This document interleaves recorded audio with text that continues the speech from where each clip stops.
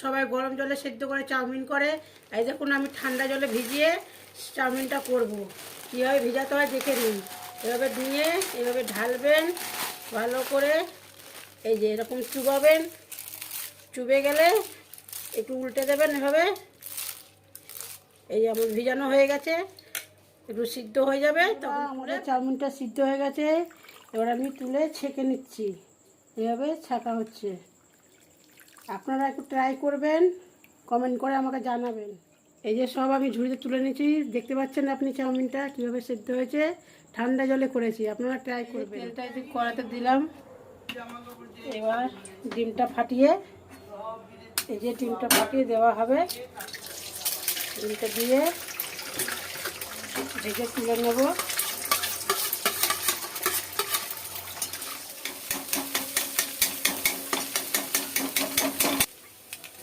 এই ডিম ভাজা হয়ে গেছে, এবার ডিমটাকে নামিয়ে নিলাম। এই যে কাঁচা লঙ্কাটা দিলাম, কাঁচা লঙ্কা দেওয়া হয়ে গেছে। এবার পেঁয়াজটা দেব, পেঁয়াজটা দেওয়া হয়ে গেলে নেড়ে নিলাম।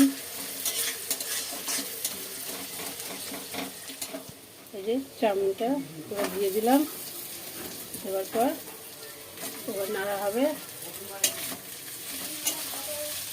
নাড়া হলো, নুনটা দিয়ে দিলাম। এই যে এবার ডিমটা দিয়ে দিলাম, ডিমটা দেওয়ার পর নাড়া হয়ে গেলে সস দেবো। দেওয়া হয়েছে, সর্ষেটা দিয়ে দিলাম।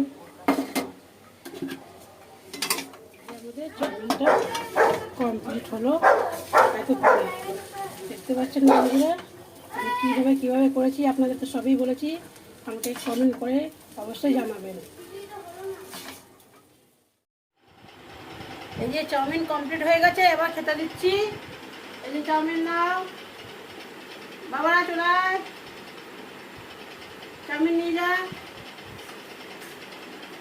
এই যে নীল তো চাউমিন।